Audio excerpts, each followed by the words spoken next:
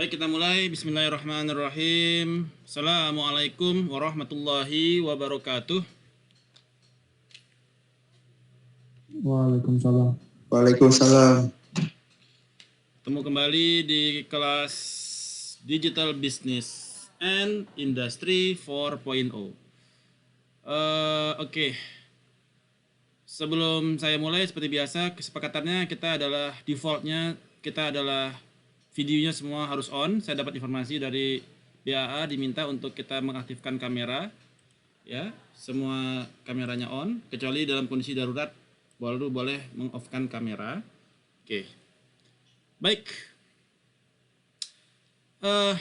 E-commerce, marketing, and advertising, chapter 6.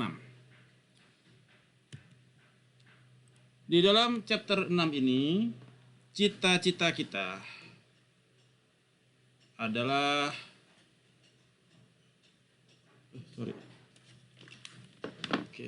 cita-cita kita adalah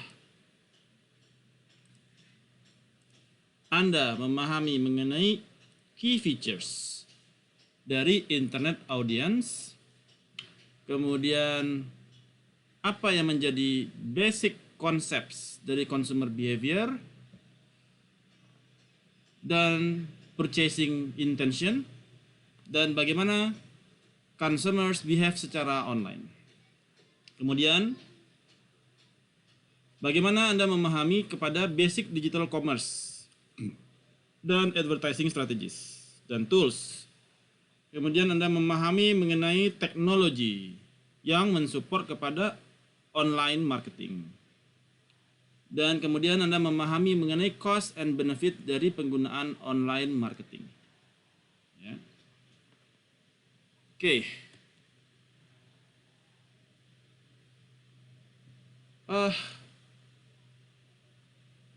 Kita mulai dari sebuah ilustrasi dari kasus InMobis.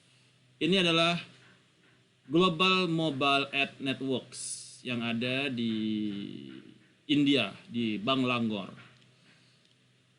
Jadi InMobi itu merupakan company yang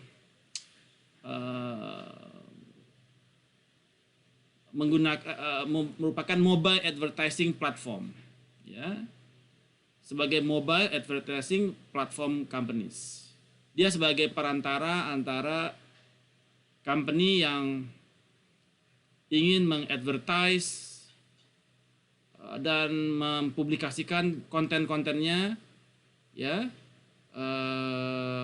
in the form of apps, di dalam bentuk apps, ya.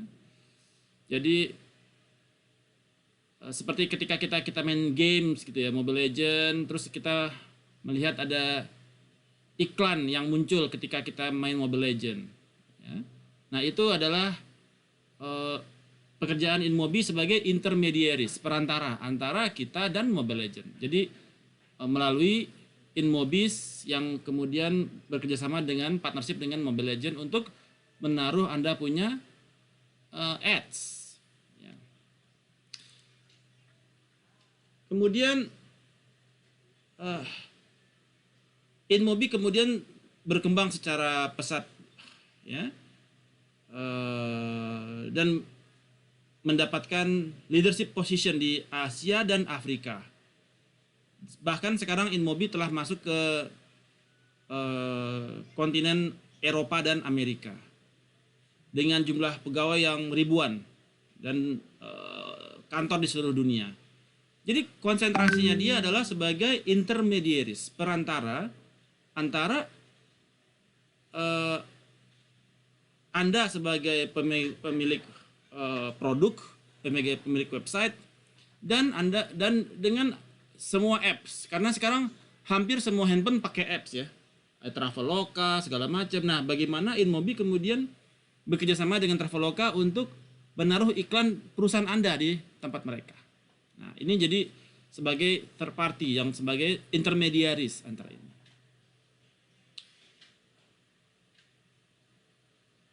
Dalam hal ini InMobi dia melakukan partnership, ya, untuk menaruh advertising dari klien-kliennya dia. Sehingga dan kemudian ini menjadi kunci kesuksesan dari InMobi. Ya. The company sampai saat ini masih berkembang dan expanding ke new markets, Amerika, Eropa. Ya. So the business is growing dan ini menjadi potensial market juga ke depannya. Nah, inilah salah satu yang menjadi gambaran betapa InMobis menjadi global mobile advertising network saat ini. Nah, kemudian apa yang menjadi advantages? Pertanyaannya adalah terhadap kasus ini, apa yang menjadi advantages kepada what advantages do mobile have over traditional banner ads? Nah, jadi terdapat advantages antara apa yang menjadi advantages dari mobile advertising dan traditional advertising.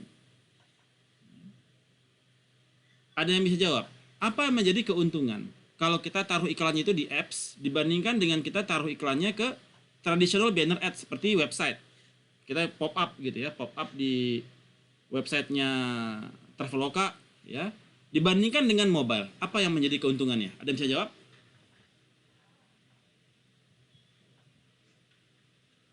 Ada yang kepikiran nggak? Kira-kira apa yang menjadi keuntungan, advantages dari kita masang iklannya di apps daripada di website? Orang yang pakai aplikasinya bisa lihat iklan tersebut. Ya, terus mana yang kenapa kita lebih memilih apps daripada website? Nah, apps lebih mudah dijangkau, Pak. Lebih mudah dijangkau ya?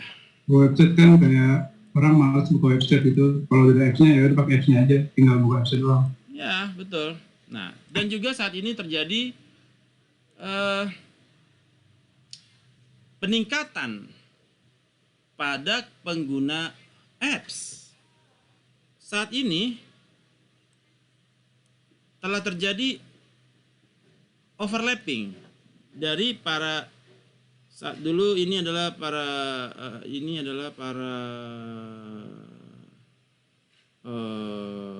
pengguna websites.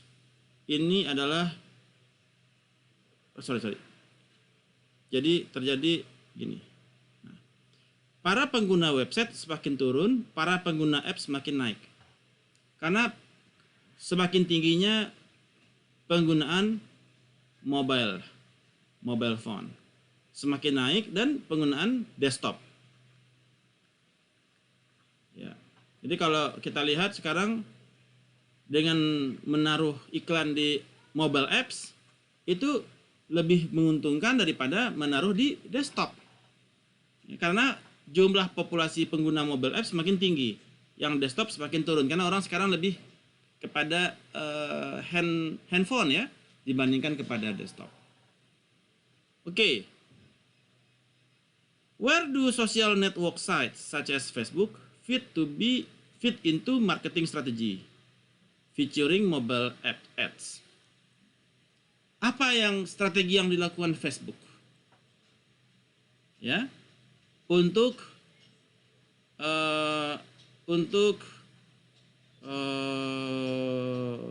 di manakah posisi Facebook saat ini di dalam mobile ads? Ada yang bisa jawab?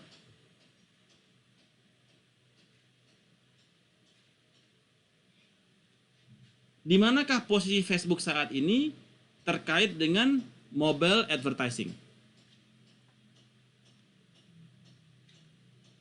Ada yang bisa jawab?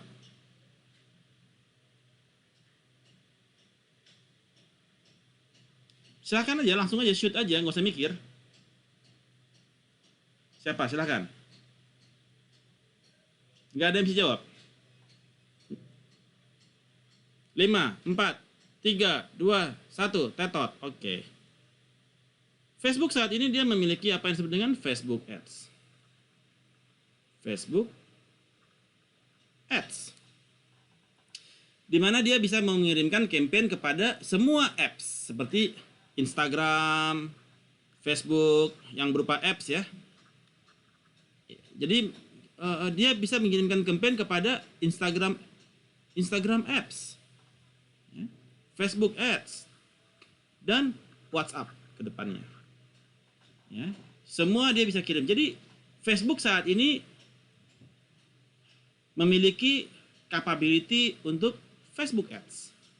Dia bisa bikin campaign, bikin iklan, dan lain sebagainya. Anda punya perusahaan, terus Anda bikin produk, kemudian Anda menggunakan Facebook ads untuk mengirimkan campaign Anda kepada your target segments. Nah, kemudian yang ketiga, apa yang menjadi challenges dan resiko dari menaruh ads-nya itu di web? Apa resiko kita? Apa challenges dan resiko dari kita taruh iklan itu di website? Anda bisa jawab? Di-hack, Pak. Di-hack. Mm-mm. Website kita di-hack. Iya, sama orang yang akses webnya gitu. Resiko untuk di-hack. Websitenya di-hack. Ya, bisa. Ya, ada resiko untuk data kita ya, bocor. Apa lagi? Apa resiko kita placing ads-nya itu di website? Misalkan kita partnership dengan Traveloka, terus Traveloka pop up produk kita gitu ya. Apa resikonya? Di-ignore. Ya kan? Gak penting kan? Anda kalau ada iklan, Anda klik nggak? Di Traveloka ada iklan tiket murah Jakarta Surabaya. Anda klik nggak? Jarang ya. Ya, ada resiko itu dia di-ignore oleh customer. Kemudian what do you think internet user will ever develop blindness towards ads on the web as well? Blindness toward ads. Ya. Sekarang orang udah cenderung blind aja ya kan, nggak penting, nggak mau klik ads kan. Siapa orang mau klik ads? Tapi kalau dia taruhnya itu iklannya di ads-nya itu di Instagram gitu ya, advertising-nya di campaign-nya taruh Instagram, Anda perhatiin nggak? Shopee gitu ya. Nah, Shopee kasih iklan di campaign-nya gitu kan, kita perhatiin ya, dibandingkan dengan di web. Ya, sering kita abaikan. Ada orang sifatnya udah nggak penting gitu ya, buta dia. Tapi kalau di Instagram kita liatin tuh, di TikTok kita perhatiin kan, di apps kan, tapi di web kita cenderung abai. So this is the fenomena yang ada di dalam mobile ads. Nah, kita masuk ke dalam materi kita hari ini, yaitu consumer online, the internet audience, and consumer behavior. Sebagai ilustrasi, mukadimah, ya, hampir 280 juta orang di Amerika memiliki akses kepada internet di 2018. What about di Indonesia? Di Indonesia kurang lebih ya mirip-mirip gitu ya. Karena sekarang akses internetnya sudah, coverage-nya sudah luas sekali ya. Semua orang punya handphone. Anak sekolah sekarang juga pakai handphone. Sekolahnya sekarang online. Ya. Anak SD pun sekolah online udah pakai handphone. Nah. Namun growth rate-nya dia cenderungnya slow, menurun. Karena everybody sudah punya handphone saat ini. Ya. Semua orang sudah punya handphone, sehingga kecenderungannya dia growing rate-nya itu dia melambat. Ya. Kecuali dia mau beli handphone kedua, handphone ketiga begitu ya. Tapi kalau kita bicara handphone pertama, rata-rata semua orang sudah punya, ya. Seperti itu. Jadi udah mulai maturity, udah mulai jenuh nih. Marketnya udah mulai jenuh. Ya, untuk handphone pertama ya. Kemudian some demographic groups have much higher percentage of online usage. Nah, pertanyaan sekarang bagaimana bertransaksi di internet? Siapakah demografi yang memiliki percentage paling tinggi di dalam online usage? berdasarkan income, education, usia, ethnic dan dimension. Ethnic dimension. Jadi kalau kita lihat secara clusteringnya, ada yang ini adalah income, misalkan. Ini adalah edu, misalkan. Ini adalah age. Nah, ini ada kelompok-kelompok yang dia cenderung di sini, yaitu yang income-nya rendah, edunya rendah, dan age-nya muda. Nah, di sini dia.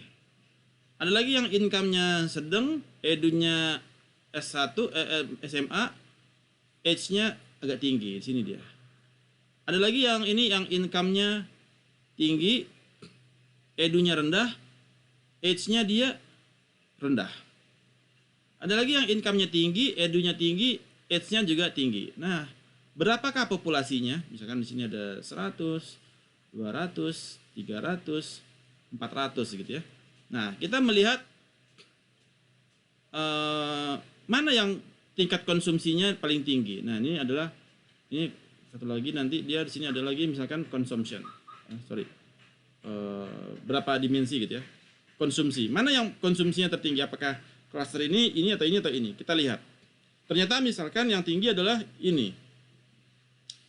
Yang income-nya tinggi, edunya rendah, age-nya rendah. Ternyata ini misalkan ini adalah yang konsumsinya tertinggi. Jadi kita melihat consumer behavior ini adalah berdasarkan demografi. Mana demografi yang memiliki, bagaimana persona dari demografi yang memiliki konsumsi dari internet itu yang tinggi. Ya. Nah, ini juga bisa dilihat secara marketplace-nya nanti. Oh, mana yang lebih tinggi konsumsinya? Apakah konsumennya Bukalapak, Traveloka, yang lebih tinggi Bukalapak, Lazada, apa Tokopedia? Nah, bisa melihat itu secara behavior, secara share of wallet. Sini adalah Bukalapak only, ini others only, atau ini adalah BLN others. BL only misalkan transaksinya adalah $5, ya rata-rata transaksinya dia. Yang Bukalapak and others transaksinya $7. Others only $9. Ya. Nah, ini menunjukkan secara demografi bahwasanya yang bertransaksi others only berarti Tokopedia, Lazada, Blibli transaksinya dia $7, $9 ya. Sementara yang Bukalapak only $5. Namun yang bertransaksi Bukalapak dan others yang dia tidak loyal, tidak sepenuhnya loyal, tapi dia pegang dua-duanya, dia transaksinya $7. Nah, ini menunjukkan apa yang menjadi consumer behavior secara transaksi kita di marketplace. Ada pertanyaan? Silakan. So far so good? Kapish? Pronto. Oke. Nah, consumer behavior ini juga ditunjang dari semakin banyaknya pengguna mobile, di mana terjadi significant inequalities in broadband access, ya. Kemudian community effects, ya. Adanya connectedness, keinginan orang untuk selalu connected dengan community. Anda punya grup-grup, ada WA grup SD, WA grup SMP, WA grup SMA, semua ingin connected, ya. Nah, karena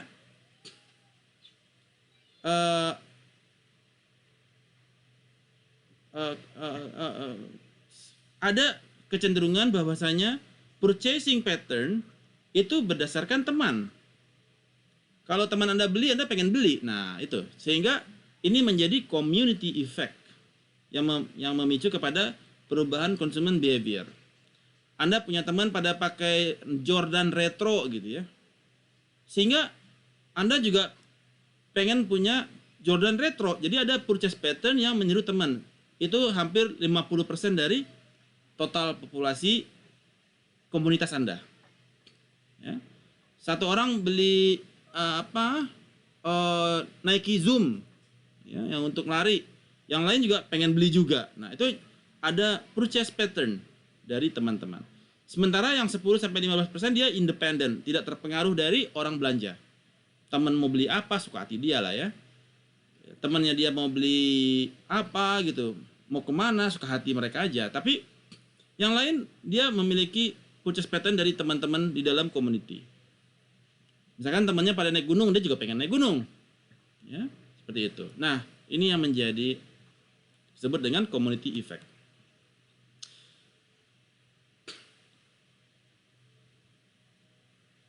Nah, consumer behavior models merupakan ilmu yang mempelajari perilaku konsumen, ya, mempelajari perilaku konsumen dalam rangka untuk memprediksi kepada keputusan dari konsumen. Ya, apakah karakter mempengaruhi purchasing decision? Nah, bagaimana? Apakah karakter seseorang itu mempengaruhi purchasing decision? Karakter yang mana yang mempengaruhi? Nah, itu juga menjadi studi dari consumer behavior. Nah, di dalam consumer behavior ini dia berdasarkan yaitu kepada demografi dan other variables. Setelah kita melakukan consumer behavior, maka akan terdapat profile terhadap online customer. Ya, tadi yang clustering tadi ada profilnya sehingga kita dapatkan profilnya kan. Oh, yang ini dia usianya muda, income-nya dikit, ya. Yang terus dia keputusan pembeliannya kepada produk-produk yang harganya murah. Nah, ini seperti apa? Ada persona dari masing-masing cluster yang menjadi profile atau personanya. Oke. Contoh. A general model of consumer behavior. Di sini ada apakah culture, social, psychological mempengaruhi kepada mana yang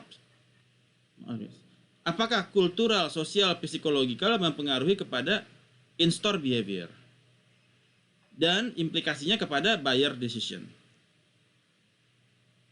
Bisa juga apakah kultural mempengaruhi kepada brand, marketing, firm capability, sosial mempengaruhi kepada brand, marketing, firm capability, psikologikal kepada brand, marketing, capability, ya.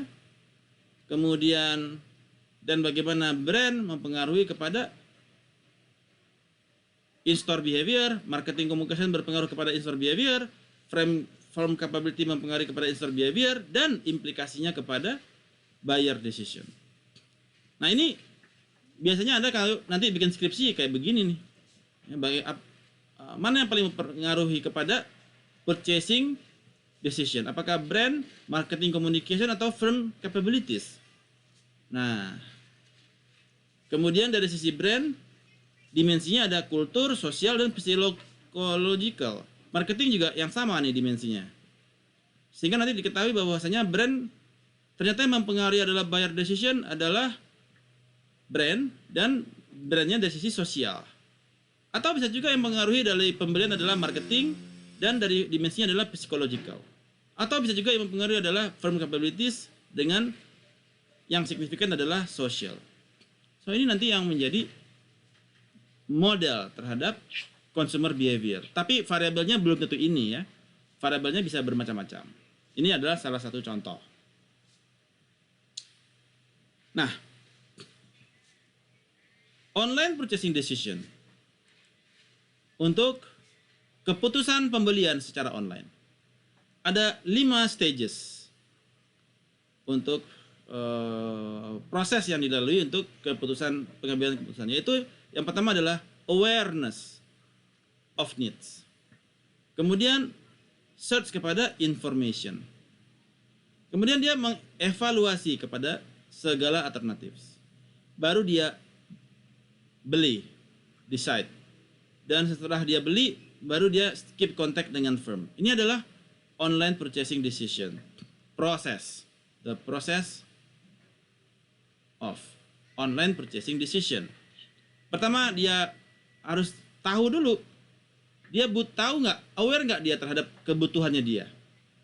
Setelah dia tahu dia kebutuhannya apa, dia kemudian search kepada information. Bisa dilihat di Google, bisa dilihat di TikTok, bisa dilihat di IG, bisa dilihat di Facebook, bisa dilihat di YouTube.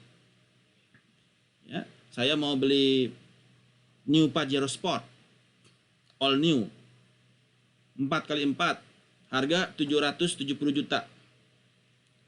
All new Pajero Sport 770 juta. Ya, dia aware dulu kepada kebutuhannya dia, karena dia mau off-road. Dia mau bawa mobil off-roading 4x4. Kemudian dia search for information. Dia lihat di YouTube fiturnya gimana, dilihat di Google, dilihat di Instagram, dilihat di Facebook komplain-komplainnya. Dia lihat lagi di Telegram, dia join kepada Telegram, dia search for more information.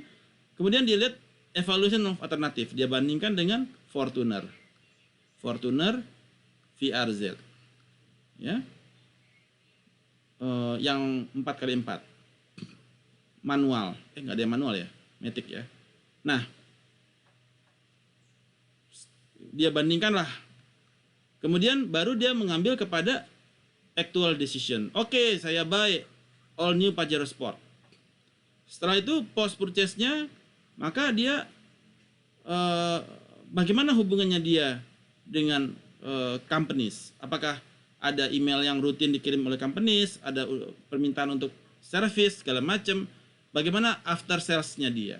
Nah, itu yang menjadi proses di dalam pengambilan keputusan secara online. Awareness-nya dia penuhi dulu. Information juga secara online. Sampai di sini ada pertanyaan? Arasoh?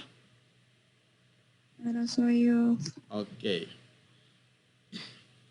Kemudian adalah figure of customer decision process and supporting communications. Nah, ini yang tadi kita lakukan ya. Ada kita aware dulu kepada kebutuhannya. Dia setelah dia aware, maka dia search informasi, kemudian dia evaluasi segala alternatif, dia beli dan post purchase. Apa yang membedakan online dan offline? Kalau online untuk awareness, ya, dia bisa dari sosial media, dia dapat dari email ads, ya, untuk dia aware. Search dia bisa menggunakan search engine, social networks, site visit. Kemudian evaluasi dia menggunakan search engine, ya, user evaluation, reviews. Purchase dia di trigger dari online promotion, lagi diskon, ya, flash sales. Dan post purchase bagaimana dengan komunitas setelah dia beli? Ada komunitasnya enggak? Ada email untuk checking enggak? Nah, itu menjadi online marketing communication. Kalau di offline, untuk kita aware, kita harus pakai mass media, TV, radio, ya, iklan. Nah, itu secara offline. Kemudian searchingnya dia bisa menggunakan katalog, terus print advertising, store visit datang, ya. Kemudian evaluasinya dia menggunakan group reference, opinion leader. Kemudian purchase-nya dia berdasarkan promotion atau direct mail ke rumah, dan post purchase-nya dia berdasarkan untuk mencapai loyalty adanya warranties, ya, part and repairs dan sebagainya. Jadi ini yang membedakan antara online dan offline.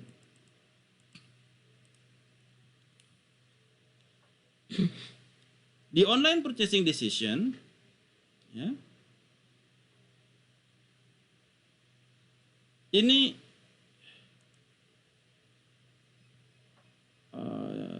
Untuk general online behavior ini dilihat secara user karakteristik, ya. Untuk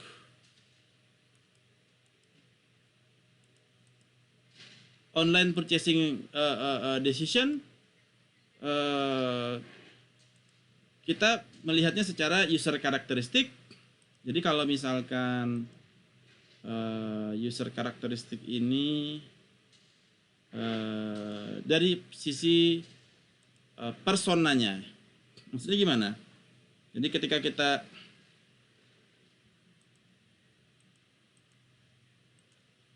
ada karakternya, sini ada persona ya, ada personanya. Nah, ada persona, kemudian ada produk, kemudian bagaimana attitude-nya dia toward online purchasing, dan persepsinya dia kepada environment. Nah, ini menjadi ketika kita bikin persona untuk masing-masing ini, ketahuan nih, oh ini adalah digital savvy, ini adalah traveler, ini adalah misalkan food lover. Ini adalah user karakteristik. Terus produk karakteristiknya dia ini misalkan electronics, ini sukanya traveler, ini sukanya tiket, ini food lover biasanya dia food. Nah, jadi ada setiap cluster ada personanya dan ada produk utamanya. Kemudian bagaimana dia attitude-nya terhadap online purchase, yang dia ini dia belanjanya online, ini belanjanya offline, ini belanjanya online. Jadi kita bisa melihat mana profil persona yang cenderung kepada online. Nah, sehingga ini menjadi ketika kita mau menawarkan produk kita secara online, kita mencari siapa yang dia hobinya online. Oh, ini. Jadi berdasarkan produk, berdasarkan karakter, ya, dan attitude-nya dia, kita bisa melakukan targeting kepada segmen yang benar agar conversion rate-nya dia semakin tinggi. Nah, ini yang tadi model dari online customer behavior, ya. Bagaimana pengaruh kultur, sosial, psikologikal dan background kepada brand, marketing, firm, ya. Masing-masing dia pengaruhnya kepada ini semua. Kemudian ini pengaruh kepada ini, ya. Ini juga apa? Kemudian pengaruh kepada clickstream behavior dan kepada purchase. Pembelian dipengaruhi oleh clickstream behavior. Ya betul, ketika kita dapat iklan ads, kita klik nggak? Kalau diklik artinya kita baca dong, belum tentu purchase kan? Ya. Kemudian untuk klik ini pengaruh dari purchasing attitudes, perceived behavioral control, dan social networks. Ya, kemudian purchasing attitudes dipengaruhi oleh ini semua. Perceived behavior control dipengaruhi ini semua. Social network dipengaruhi ini semua. Jadi ini adalah bentuk model dari online consumer behavior. Oke, ada yang ditanyakan sampai saat ini? Silakan. Any questions?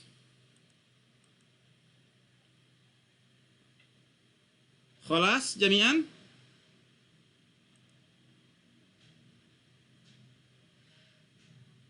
Kholas? Kapish?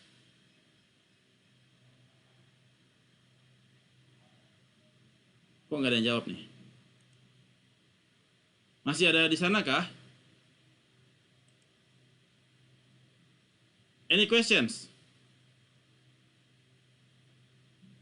Nggak ada, Pak. Oke. Nah, shoppers ada terbagi atas browser dan buyers.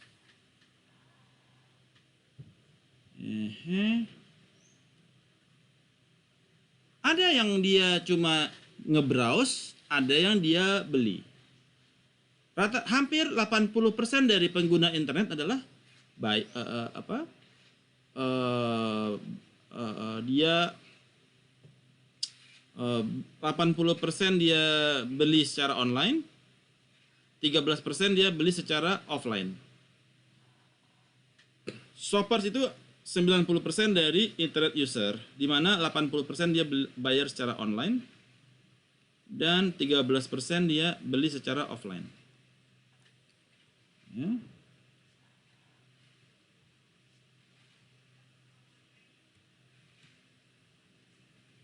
Apa yang dibeli oleh para consumers di online? Ya. Banyak, ada tiket pesawat, dia beli di Traveloka, ya. Ya, many categories yang mereka belanja secara online. Bagaimana cara mereka belanja?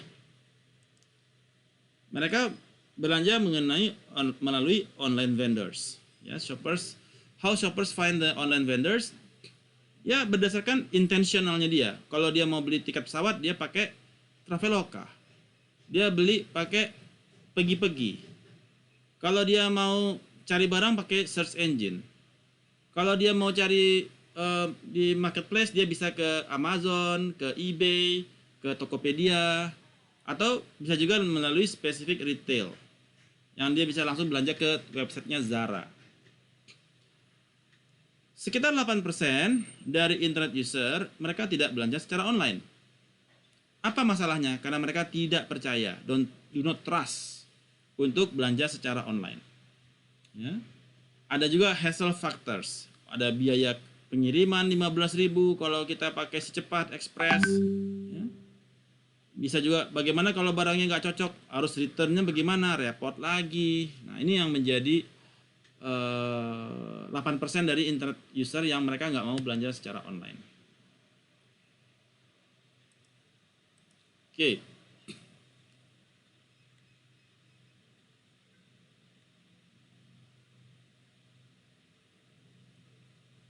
Nah, di dalam digital commerce marketing dan advertising,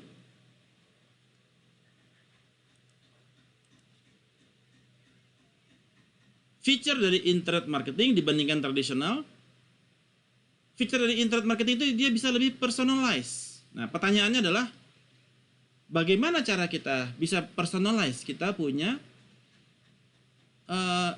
internet marketing. Ada yang bisa jawab? How do we personalize? Kita punya advertising. Siapa yang bisa jawab? Oh, kayak di Instagram itu kita like iklan-iklan yang kita suka kayak foto produknya gitu Pak. Nanti dia banyak muncul gitu iklannya di Instagram kita. Belum tepat. Yang lain ada yang punya ide yang lain? Pak, boleh diulang Pak? Bagaimana kita mempersonalize kita punya campaign di internet marketing?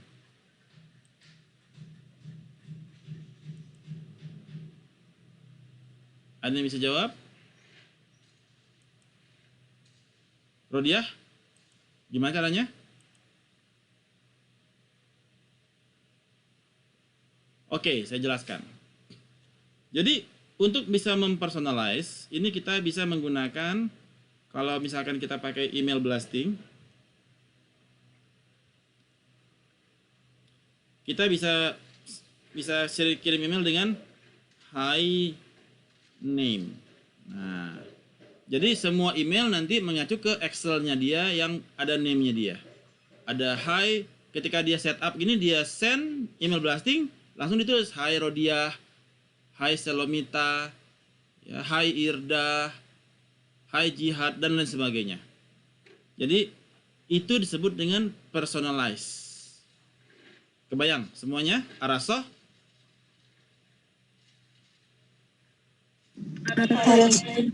Oke. Dan kemudian more participatory. Jadi kita bisa partisipasi, bisa komen, bisa tanya-tanya jawab, kita berpartisipate. More peer to peer, ketika kita bisa share kepada kita punya circle of influence. Kita bisa share kepada kita punya circle of influence. Dan more communal. Ada komunitas di situ. Nah, Ini yang menjadi mengapa internet marketing sangat menarik dibandingkan dengan tradisional. Di dalam marketing plan untuk e-commerce ini ada multi channel yang harus kita kuasai. Ya. Anda harus punya website. Ya, Anda punya juga tradisional online marketing yaitu seperti search engine, display email, ya. Kemudian social marketing, ya Instagram, Facebook, mobile marketing, ya punya apps, kemudian dan offline marketing, bisa televisi, radio, newspapers. Ini adalah multi channel marketing plan. Kalau kita di consumer behavior untuk online tentu yang di website. Kemudian email, social marketing, mobile marketing, nah, itu masuk kepada online consumer behavior. Oke. Ada beberapa issues. Pertama, apa yang menjadi ketika kita melakukan marketing plan, apa yang pertama kali Anda harus lakukan? Anda bisa jawab? Ketika Anda memiliki marketing plan untuk mengembangkan Anda punya e-commerce, apa yang Anda harus fokuskan pertama kali? Anda bisa jawab?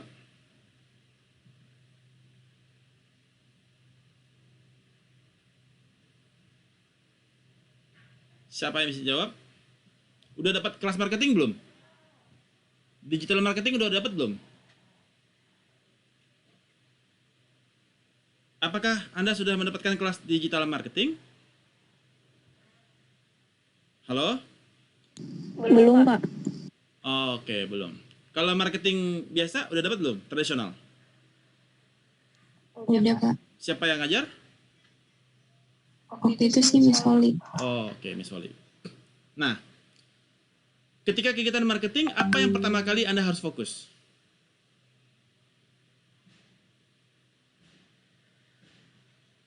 Siapa yang bisa jawab?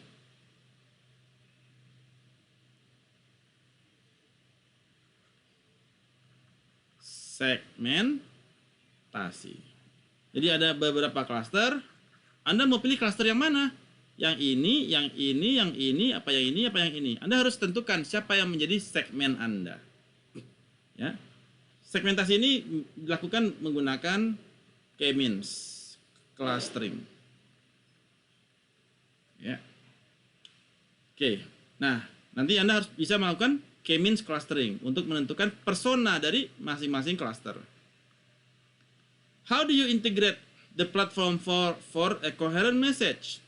Nah, setiap segmen ini memiliki personanya yang Anda target. Persona ya. Nah, persona ini baru menjadi target. Jadi sini misalkan Anda jadikan ini sebagai targeting. Setelah itu kita memberikan apa yang kita kepada target kita ini kita memberikan disebut dengan value proposition. Bagaimana Anda memberikan message berupa value proposition yang sesuai dengan persona dari target Anda. Misalkan personanya adalah dia traveler, maka value proposition Anda adalah memberikan membuat aplikasi yang memberikan harga tiket paling murah. Nah, jadi value proposition Anda, apa yang Anda propose sesuai dengan cita-cita dari target segmen Anda. Yang mana target ini adalah salah satu dari semua segmentasi yang ada di market, yang Anda targetkan. Ini disebut dengan value proposition message. Ya. Jadi ketika Anda buat website, ya websitenya itu juga disesuaikan dengan persona dari masing-masing segmen yang menjadi target Anda. How do you allocate resources? Ya. Nah, bagaimana? Karena setiap company memiliki scarcity of capital. Ketika Anda membuat startup, maka Anda memiliki scarcity of capital. Maka Anda harus bisa allocate capital Anda kepada segmen yang benar. Kalau Anda targetkan semua, ya uang Anda habis, tapi yang beli cuma yang ini gitu. Ngapain Anda bikin penawaran kepada 5 segmen yang berbeda, tapi yang beli cuma satu segmen? Atau yang paling dominan hanya di segmen satu. Jadi Anda perlu pastikan bahwasanya your scarcity of capital ditanam di tempat yang betul. Sampai di sini ada pertanyaan, silakan. Questions?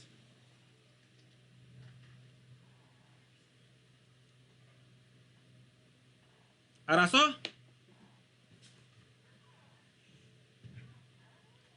Araso? Masih kurang paham, Pak. Di mana kurang pahamnya? Di mana kurang pahamnya? Tadi siapa tadi yang Saya, Pak, ya, di di mana Rodia kurang pahamnya? itu di poin awal sampai akhir saya masih bingung, masih ngambang. Oke. Di dalam marketing plan untuk e-commerce ada istilahnya itu STP. Segmenting, targeting, dan positioning. Segmentasinya harus benar dulu. Kita di market ada 10 segmen misalkan. Produk Anda cocoknya kepada segmen yang mana? Anda hanya boleh pilih satu segmen saja. Bagaimana Anda mendapatkan 10 ini? Menggunakan disebut dengan clustering. Jadi datanya ada 1 juta customer, kita cluster menjadi 10 kelompok, masing-masing memiliki transaksinya yang tertinggi. Ada yang transaksinya adalah fashion, ada lagi yang transaksinya adalah travel, ada lagi yang transaksinya adalah apa gitu ya. Nah, siapa yang menjadi target Anda? Misalkan yang menjadi target Anda adalah yang fashion. Oh, gue jualan baju, gue harus kejar yang fashion nih. Di mana mereka berada? Ini ada personanya, demografinya, usia, ya, data demografinya, usia, pendidikan, pekerjaan, jumlah anak, keluarga, ya. Kemudian dan lain sebagainya. Oke, gue fokus ke sini nih sebagai target, yaitu kepada si kelompok fashion sebagai target. Nah, kemudian positioning ini adalah value proposition. Value proposition itu adalah penawaran kita kepada populasi yang ada di sini. Di dalam kelompok target fashion ini. Ya. Anda harus memberikan value proposition yang sesuai dengan needs and wants mereka. Bukan Anda tawarin kepada yang traveler. Karena Anda kan jualan baju. Kok tawarannya ke traveler? Kok tawarinnya kepada football lover? Kok tawarinnya ke food lover? Beda lagi. Anda harus fokus kepada siapa yang menjadi target segmen Anda. Berapa jumlahnya? Di mana mereka berada? Setelah itu, Anda targetkan, Anda memberikan value proposition kepada mereka. Kebayang? Rodia? Bayang, Pak. Oke. Makasih ya, Pak. Kenapa kita perlu melakukan itu, Rodia? Kenapa? Kenapa, Rodia? Pertanyaannya. Yang lain bisa jawab juga, silakan. Kenapa ya kita perlu melakukan itu?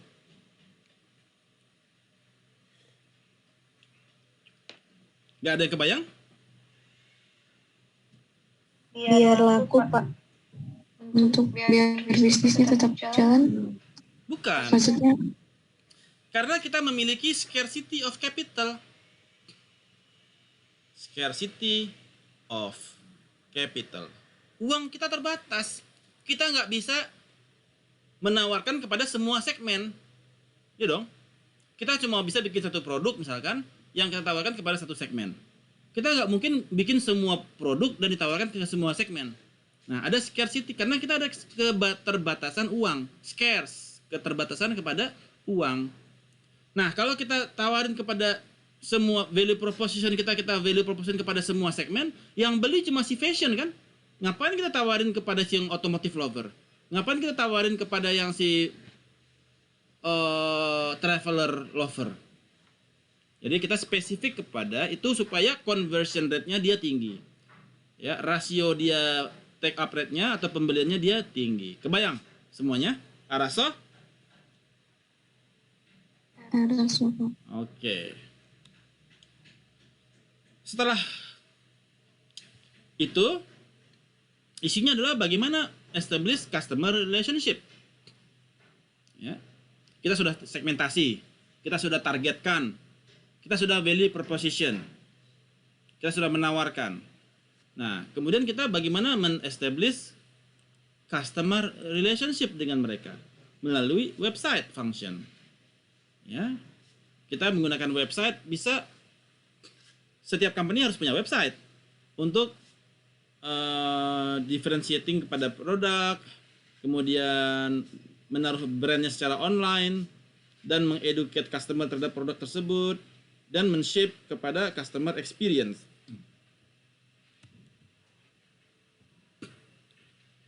Nah,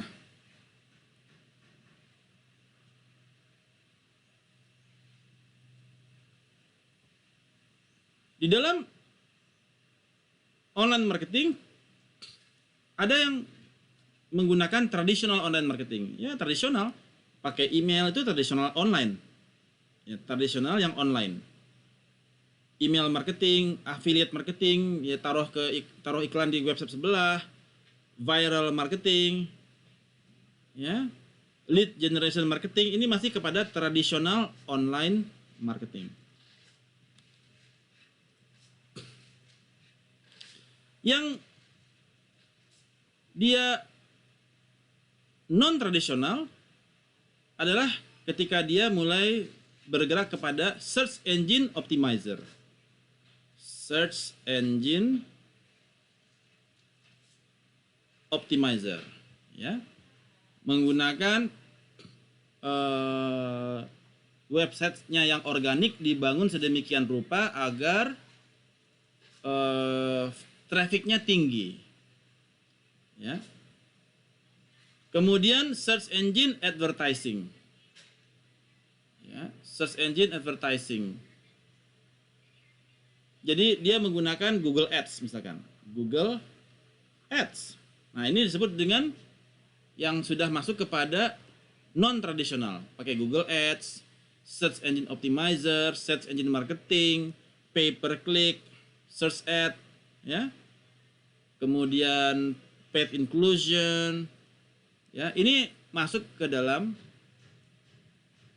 non tradisional. Ya. Apa yang dimaksud dengan search engine optimizer? Jadi Anda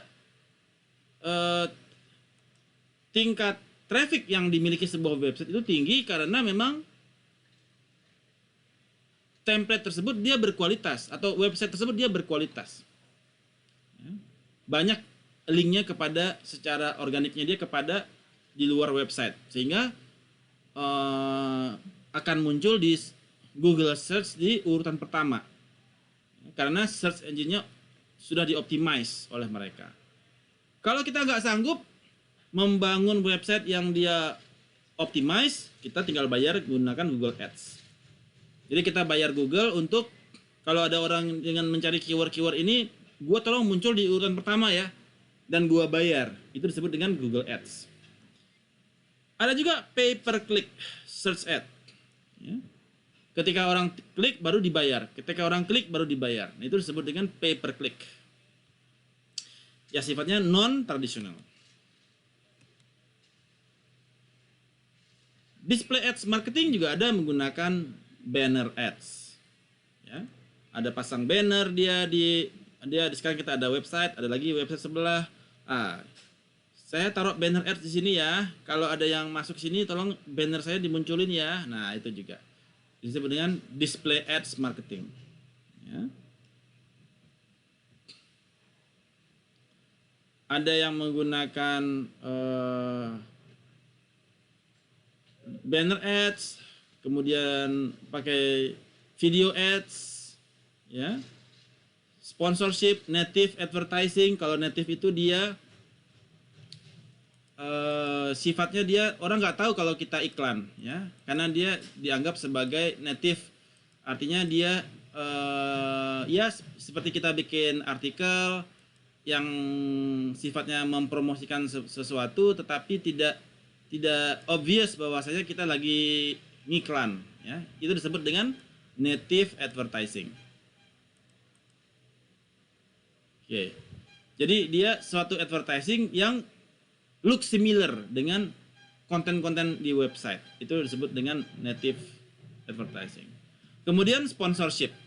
Kalau sponsorship itu kita melakukan pembayaran kepada advertiser, ya, terhadap informasi yang kita berikan kepada pengunjung mereka. Itu disebut dengan sponsorship. Jadi sponsorship itu kita melakukan pembayaran kepada advertiser terhadap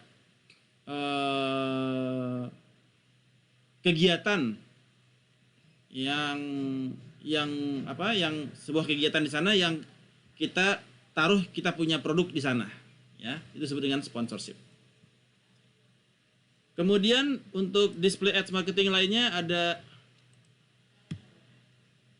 content marketing. Jadi kalau content marketing ini kita create konten, create campaign yang kita taruh di banyak website. Nah, jadi kita bisa taruh blog atau campaign atau konten yang kita numpang ditaruh di beberapa website, ya. Ini disebut dengan content marketing. Advertising network. Jadi kita sebagai marketer, kita bekerja sama dengan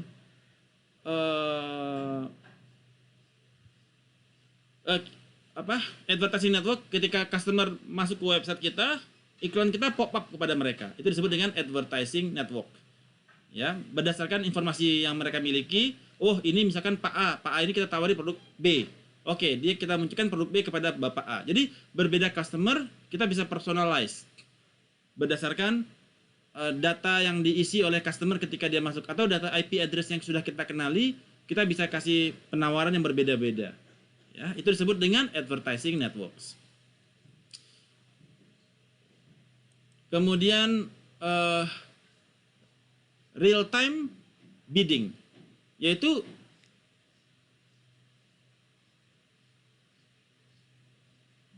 ketika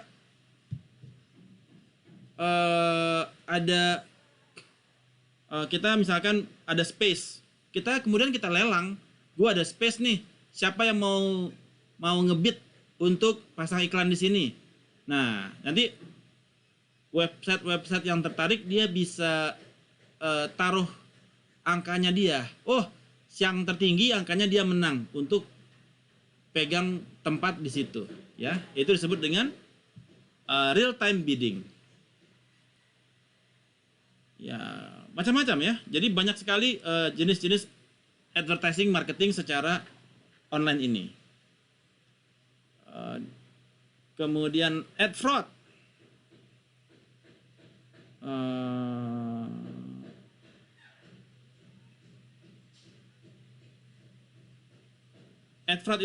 Advertising fraud itu adalah issues, ya. Sering terjadi issues di sini karena iklan itu tidak sesuai dengan kenyataan. Jadi misalkan tiket murah Jakarta Bandung, ternyata isinya bukan itu, gitu ya. Jadi ada advertising fraud juga ternyata.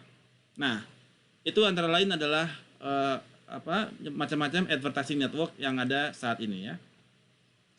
Oke, sampai di sini dulu. Ada pertanyaan? Silakan. Apakah ada pertanyaan? So far so good? Arasto? Arastoyo, Pak. Oke. Alright.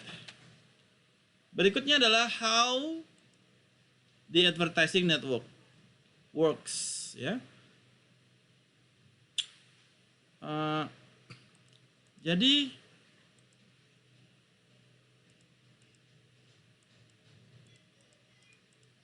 how the advertising network works. Ketika konsumen request web page from ad network member site. Jadi ketika dia klik ada pop up gitu, advertising gitu ya, dia klik, dia artinya request web page tersebut. Kemudian web page tersebut merchant servernya dia connect ke dalam server. Kemudian advertising server reads the cookies, check database for the profile, dan kemudian server select and serve appropriate display, kemudian add network follows customer from site to site. Nah, ini dia ngikutin, ceritanya begini.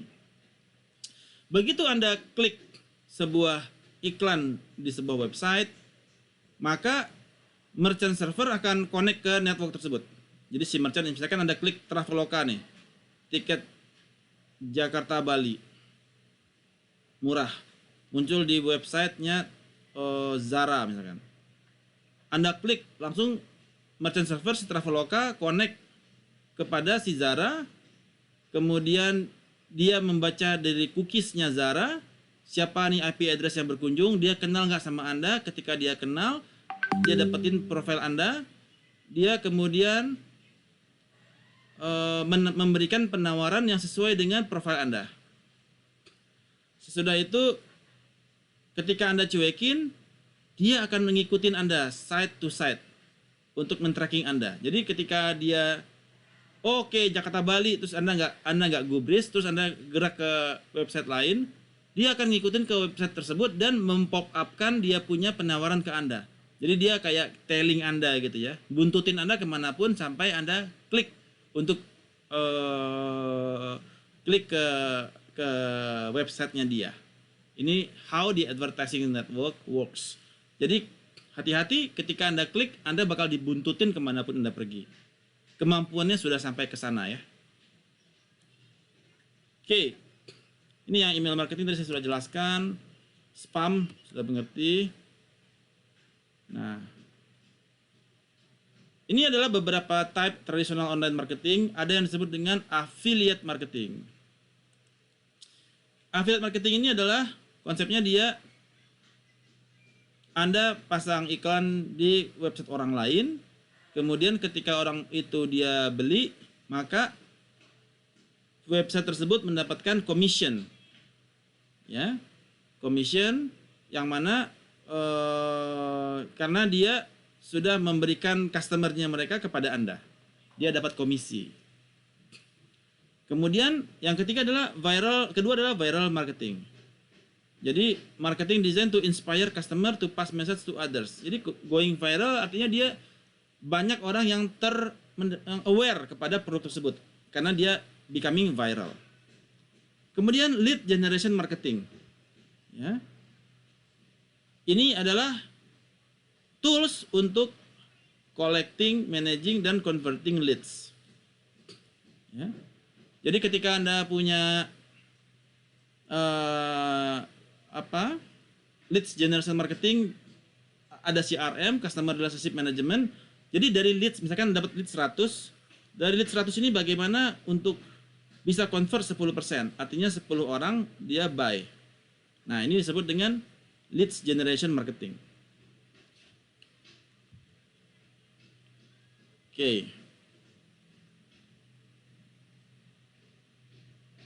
Oke, sampai di sini. Ada pertanyaan? Any questions?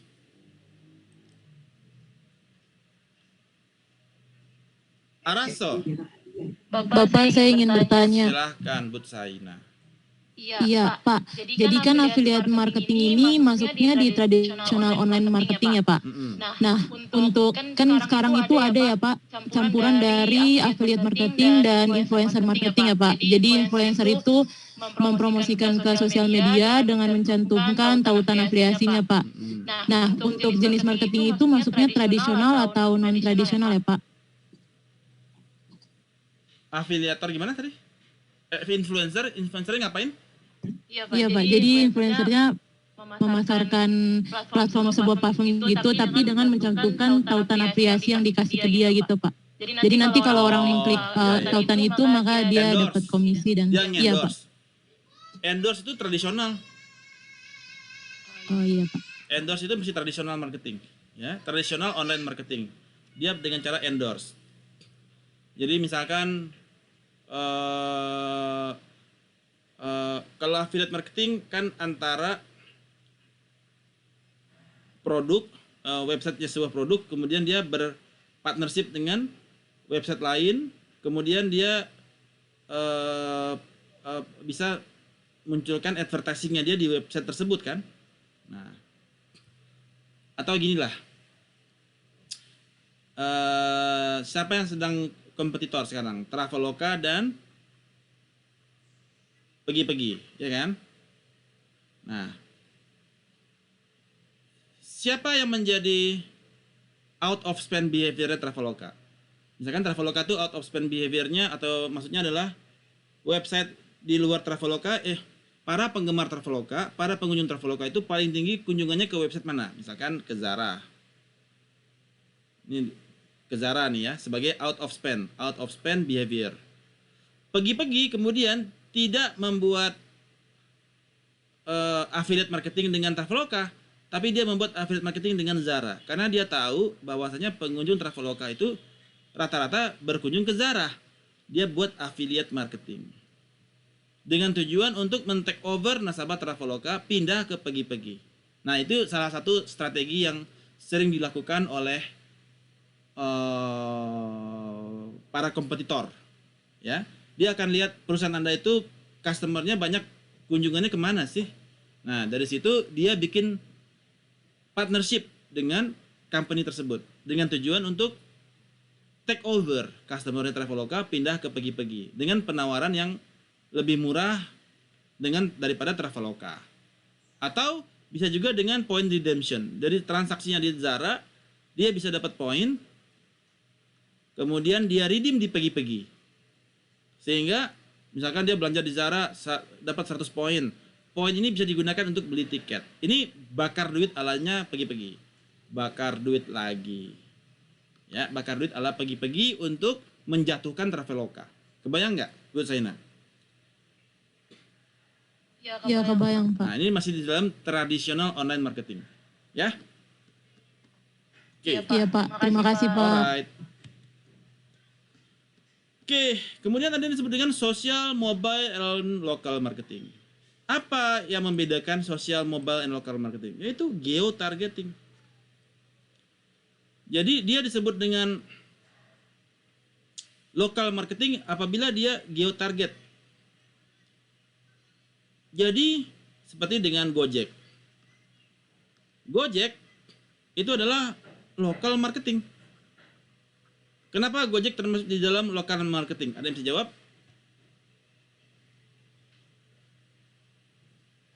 Ada yang bisa menjawab kenapa Gojek masuk ke local marketing?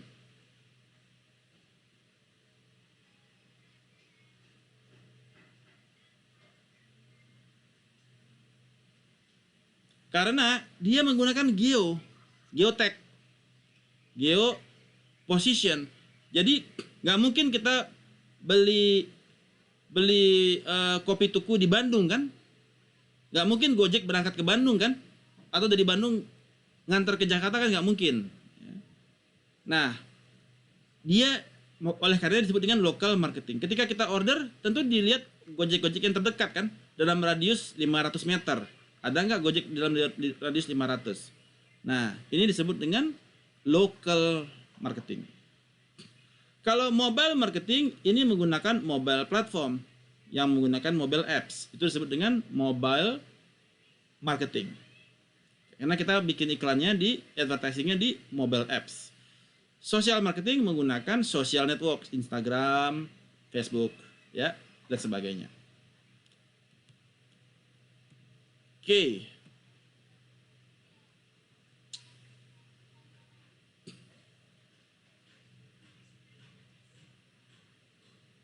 Nah, terkait dengan marketing strategi.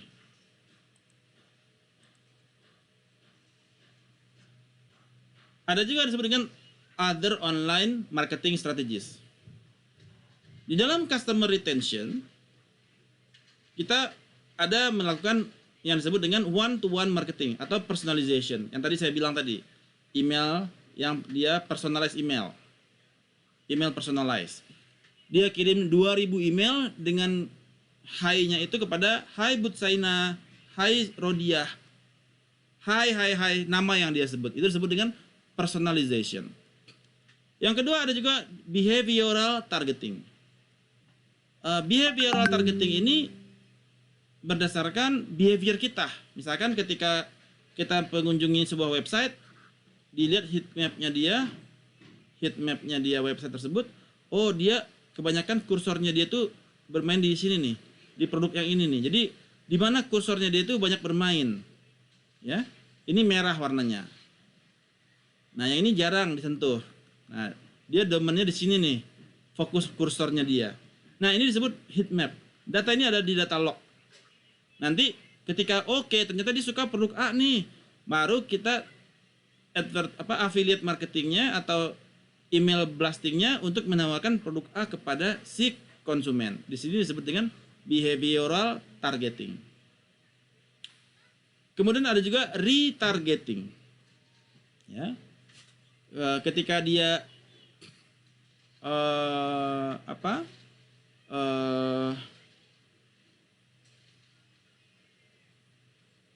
ketika kita sudah ada segmennya, sekarang kita targetnya ini adalah produk A, kemudian kita retargeting kepada produk A, kita retargeting ulang. Ya, jadi kita melakukan targeting ulang kepada segmen yang berbeda. Itu disebut dengan retargeting. Alright, sampai di sini terkait dengan sosial sampai dengan online marketing strategis. Ada pertanyaan? Silahkan. Any questions? No questions? Capish? Arasa?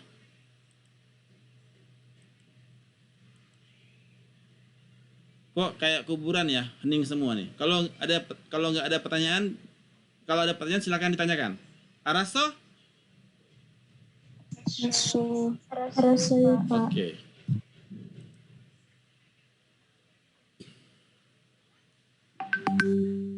Oke, kemudian di dalam ini kita bahas juga pricing strategies, ya. Ya, pricing adalah integral part di dalam marketing strategi. Ada yang kita hitung secara marginal cost, revenues, ya. Jadi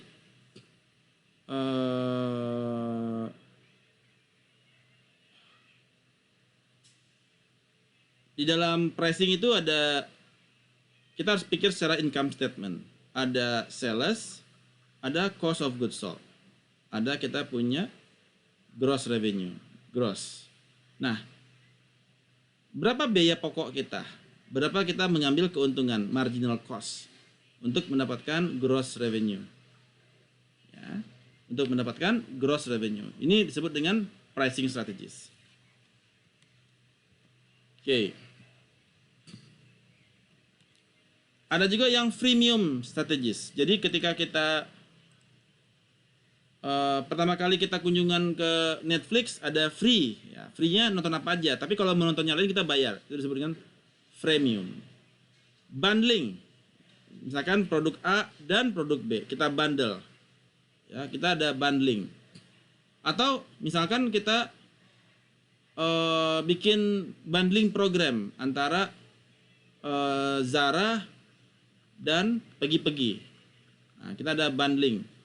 Bahwasanya transaksi di Zara bisa redeem di Pegi-Pegi untuk men-take over nasabahnya Traveloka. Itu disebut dengan program bundling.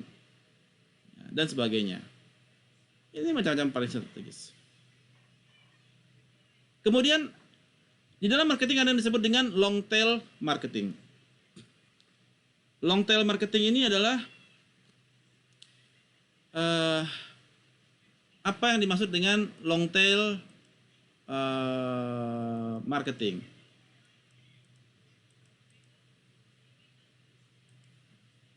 Jadi kalau long tail itu begini ya. Jadi ada di dalam data itu dia skew ke kanan. Nah, ini disebut dengan long tail customer. Jadi kalau di long tail ini adalah niche kelompok yang niche, ya, dimana dia tuh betul-betul spesifik kebutuhannya apa, gitu ya.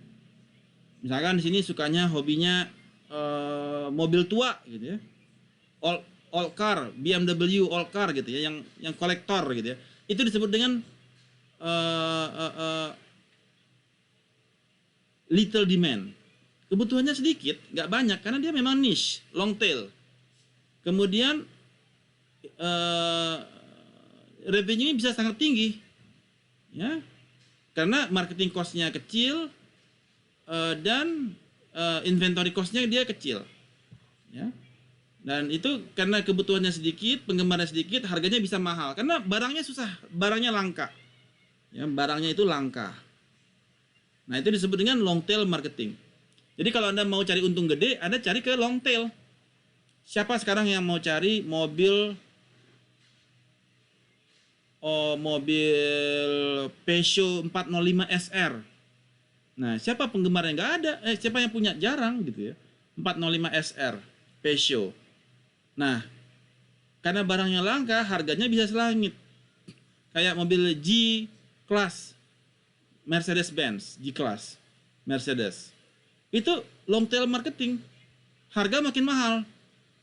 Atau mobil Land Cruiser, harga makin mahal. Itu adalah long tail marketing karena stoknya hampir zero, near zero, stoknya hampir nggak ada gitu ya, sehingga barang sulit, barang langka. Berbeda dengan ketika kita di sini Toyota Innova Reborn. Nah, ini di sini nih ya, pemainnya apa, dia banyak gitu produksinya ya, masih diproduksi. Kalau ini udah barang-barang yang langka, disebut dengan long tail marketing. Oke. Nah, di dalam internet marketing ada technologies di dalamnya, ya. Dan salah satu teknologinya adalah web transaction log. Ketika Anda membuat website, itu ada log di dalam web Anda, yang mana web ini berisi semua data, database shopping chart, database registration, semua data ada di sini. Record activity yang di website, ya, itu ada di transaction log. Jadi kalau Anda nanti bikin skripsi, Anda punya website, misalkan Anda buat website, terus siapa yang kunjungan itu ada lognya, datanya semua, nanti itu bisa jadi bahan Anda untuk bikin skripsi, ya. Web transaction log. Nah, kemudian di dalam web ini juga ada cookies. Yang cookies ini dia bisa untuk, sering kita ketika kita masuk sebuah website, dia minta diaktifkan, minta di allow cookiesnya kan. Jadi cookies itu dia ingin men-track Anda punya data. Misalkan Anda kunjungan ke web, kunjungan ke halaman ini, kunjungan ke halaman ini, kunjungan ke halaman ini. Itu cookies inilah yang men-tracking itu semua, ya. Dan datanya disimpan di log dari website. Nah, kemudian teknologi di dalam ini adalah database. Sekarang kita di manajemen kesulitannya adalah kita sering nggak main ke database ya. Nah, ini salah satu kebutuhan yang paling dibutuhkan saat ini, yaitu kemampuan untuk bermain database. Di mana ketika Anda melakukan segmentasi, Anda melakukan profiling terhadap database. Database yang mana? Bisa database di lognya dia. Anda profile customer yang kunjungan ke website Anda, bagaimana persona mereka, apa saja yang dilihat, berapa lama durasinya dia, dan lain sebagainya. Kita bisa melakukan profiling, ya. Nah, dibutuhkan kemampuan membaca coding, yaitu SQL, Structured Query Language. Jadi di sini kita belajar coding lagi untuk SQL. Nah, data warehouse dan data mining. Oke. Jadi ini adalah kemampuan data mining ini juga sangat penting sekarang, karena nggak cuma jadi ketika Anda membuat skripsi, nanti data mining yang Anda mainkan. Anda harus melakukan data mining, ya, terhadap data yang Anda miliki. Ya, ketika Anda collect data, kita melakukan data mining, melakukan analytical techniques to find pattern in the data. Anda bisa menggunakan regresi, menggunakan logistic regression, bisa menggunakan macam-macam ya. Kayak kemarin di keuangan Anda pakai logistic regression kan, pakai binary kan. Nah, itu juga menggunakan data mining, ya. Oke. Nah, Hadoop and the challenge of big data. Ya, sekarang semua data itu mengalir ke big data. Ya, sekarang orang udah nggak lagi simpan data di server. Sekarang orang simpan data di cloud. Nah, Hadoop ini masuk ke cloud semua. Nah, Hadoop ini ada di cloud yang mereka meng-caters kepada semua big data Anda. Ya. Web traffic data, email data, sosial media data semua ada di big data. Ya. Nah, ke depan kebutuhan kepada Hadoop dan big data ini sangat tinggi. Jadi Anda harus mulai belajar untuk menguasai ini. Ya. Oke. Dan teknologi yang saat ini sudah lama sebetulnya, tapi masih terus berkembang, yaitu CRM. Jadi CRM ini Customer Relationship Management System untuk melakukan marketing automation system. Dia bisa melakukan tracking kepada lead generation. Jadi ketika Anda menggunakan CRM ini, Anda juga bisa menggunakan otomasi. Anda scheduler di situ. Scheduler untuk mengirim campaign. Campaign A itu dikirimkan hari kapan? Senin. Campaign B hari Rabu. Nah, Anda kalau sudah selesai melakukan scheduler, Anda udah bisa ke Bali istirahat. Karena otomasi akan bekerja tergantung schedule yang Anda tetapkan. CRM ini berguna untuk memanage hubungan antara customer dengan Anda, ya. Karena hubungan Anda based on profile mereka. Profilnya seperti apa? Kira-kira relationship seperti apa yang Anda akan bikin dengan mereka? Campaign apa yang akan Anda bikin dengan mereka sesuai dengan value proposition-nya. Value proposition disesuaikan dengan profile customer. Yang mengerjakan siapa? CRM. Ya. So, ini menjadi penting sekali, ya. Ada macam-macam CRM, ada di Oracle ada Oracle Siebel, kalau di Microsoft ada Microsoft 360 Degrees. Kalau di Salesforce ada juga Salesforce CRM. Nah, nanti Anda coba Anda lihat-lihat ya. Seperti itu. Oke.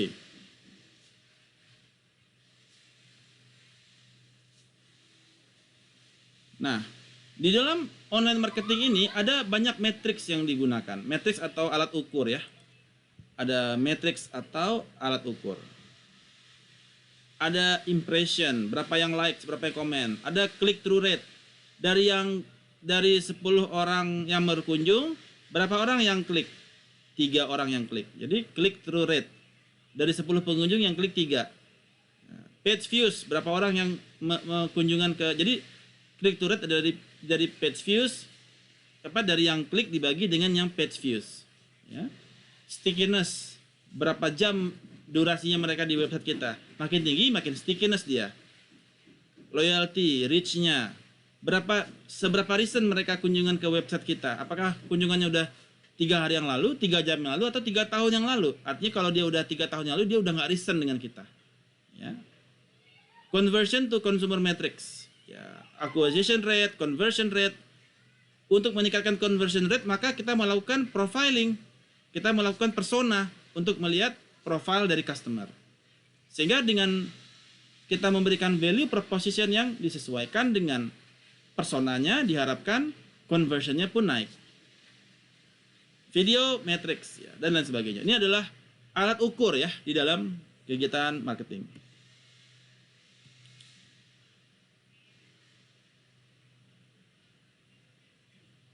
Nah, ini adalah cost untuk online advertising. Ada yang disebut dengan cost per thousand. Ini apa?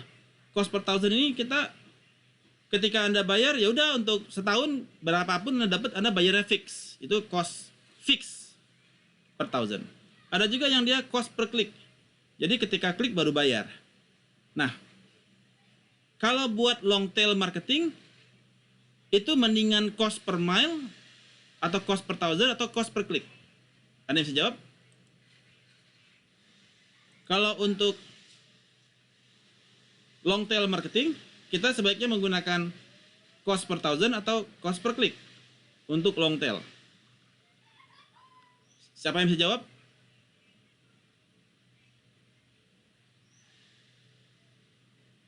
Halo? Pilih salah satu aja. Tebak-tebak buah manggis, mana yang paling cocok untuk long tail? Apakah cost per thousand ataukah cost per click?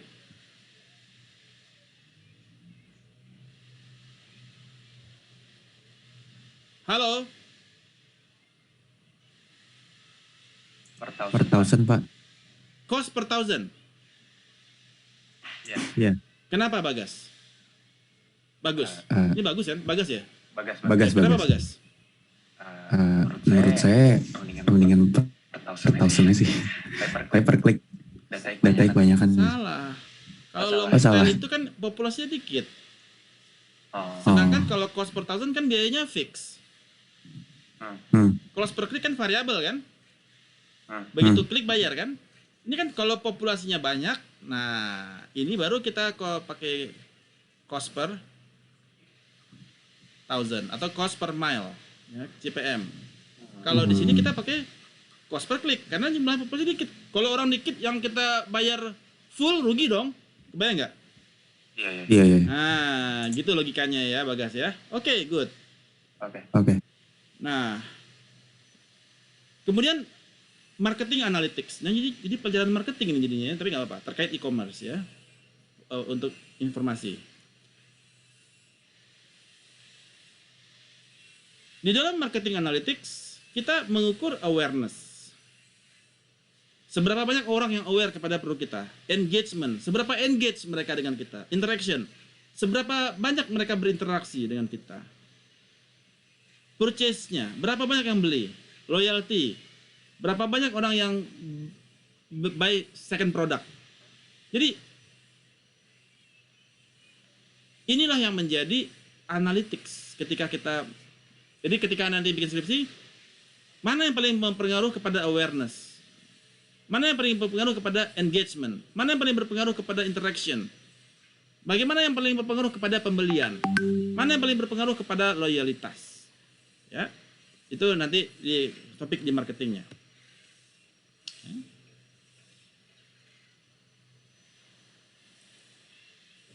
Bagaimana kita tahu awareness? Ya, yaitu dari unique visitors. Jadi semakin tinggi unique visitors, maka dia semakin aware. Kenapa disebut unique? Berdasarkan IP-nya. Kalau IP-nya sama, dia itu juga, artinya udah aware. Tapi kita harus lihat secara unique. Meningkat nggak jumlah IP address-nya yang unique? Nah, kalau dia meningkat berarti awareness kita naik. Engagement, berapakah dia page views? Berapa lama durasinya? Berapa konten yang dilihat? Itu dilihat engagement. Kemudian interaksinya, berapa yang dia likes, berapa yang dia tweets, berapa yang dia komen. Artinya ada interaksi dengan kita. Berapa yang dia untuk purchase, berapa yang dia purchase, ya. Berapa yang masuk dengan keranjang. Bagaimana dengan loyalty? Berapa kali dia repeat buying? Ya, berapa kali dia word of mouth, buzzer kepada circle of influence-nya dia. Nah, ini merupakan marketing analytics di dalam online purchasing process. Any questions? Araso?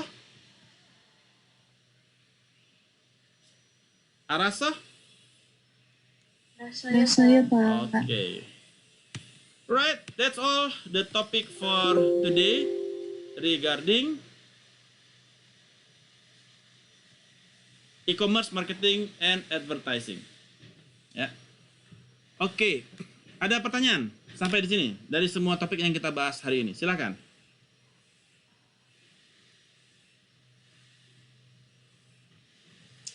Tidak ada?